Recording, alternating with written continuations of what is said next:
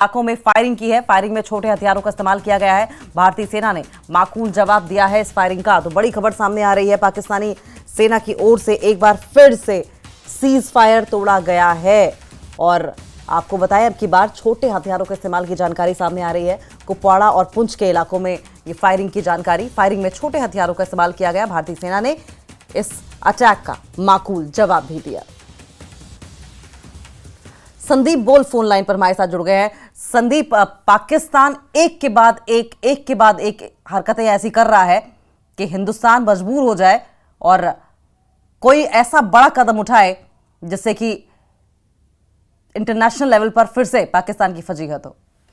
देखिए, पाकिस्तान तो पहले ही प्रोवोक करने की कोशिश कर चुका है कि भारत जो है उनको अटैक करे, लेकिन भारत जो है बहुत संयम से सोच समझ के किसी भी तरीके के ऑपरेशन को अंजाम देता है और उसी तरीके से दे भी रहा है। अगर हम लोग बात करें कि पिछले 4 साल से जो सीज फायर वायलेशन नहीं हो रहे थे, सहमति बन गई थी, अब पिछले 4 दिन से लगातार फायरिंग हो रही है एलओसी पर। और जो कल रात की बात है, कल रात को कुपवाड़ा और पुंछ जिले के दूसरी तरफ से जो एलओसी के पार से फायरिंग की गई। हालांकि छोटे हथियारों का ये भी फिलहाल इस्तेमाल हो रहा है और जिसका जवाब छोटे हथियारों से ही भारतीय सेना दे रही है।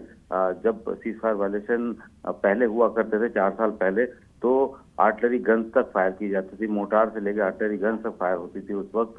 लेकिन फिलहाल अभी बड़े हथियारों का इस्तेमाल नहीं कर रहा है पाकिस्तान। और भारतीय सेना का बिल्कुल क्लियर है कि जिस तरीके के हथियारों का वहां से आएंगे उसी तरीके के हथियारों से जवाब यहाँ से दिए जाएंगे। तो फिलहाल भारतीय सेना इफेक्टिवली हर सीज फायर वायलेशन का रिप्लाई कर रही है। हालांकि अभी तक किसी तरीके की कोई हताहत होने की खबर नहीं है। संदीप, छोटे हथियारों के इस्तेमाल का कहीं मतलब ये तो नहीं है कि जबरन हिंदुस्तानी जवानों को उकसाने की कोशिश की जा रही है कि हम ज्यादा डैमेज नहीं करेंगे लेकिन उकसाएंगे? रात के टाइम पे जब एलओसी के पर बहुत अंधेरा होता है तो पाकिस्तानी सेना को इस बात का डर लग रहा है कि कहीं भारतीय सेना फिर दोबारा से एलओसी क्रॉस करके वहां पे कोई सर्जिकल स्ट्राइक ना कर दे आतंकी कैंप के ऊपर या आतंकियों के ऊपर।